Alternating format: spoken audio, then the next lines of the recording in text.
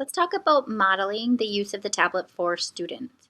One way you can do this is by casting a tablet screen to your teacher computer or your laptop or whichever device you have set up to your TV or projector.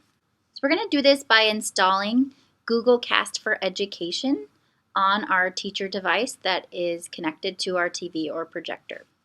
That extension looks like this. You can see it in my Omnibar. If you do not already have that extension in your Omnibar, you will visit the Chrome Web Store. So you see I've just searched Chrome Web Store. And you can search for Google Cast for Education. And it is right here. So you can see that I've already added it to my Omnibar, but you would have a button that says Add to Chrome. So once it's added to Chrome, it's going to exist right up here. And you can see that I have named my class HSCADSM. When you first open it, it's going to have you name your class. So you can do your room number or your name, whatever you prefer.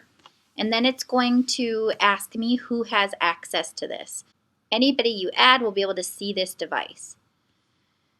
So if you have Google Classroom, you can add a classroom. Otherwise, you can add an email group. So if you have all of your students in an email group, you can type that group name into this box. Or if need be, you'll have to enter your students' emails one by one. And based on how you set this up, you can either allow your students to request to cast their tablet onto your screen, or if you select Can Present, they will be able to take over your screen whenever they want. So I would suggest Can Request. And in the settings, this is where you can name your receiver. And there's some additional settings you can play around with. This is what I've got mine set to. And so it's set up on my teacher side. So now let's move into the tablet and observe how a student would connect to my teacher device, which would then display onto my TV or whatever screen is connected to my projector. So on my tablet, I'm going to go to my control system, and I'm going to select Cast.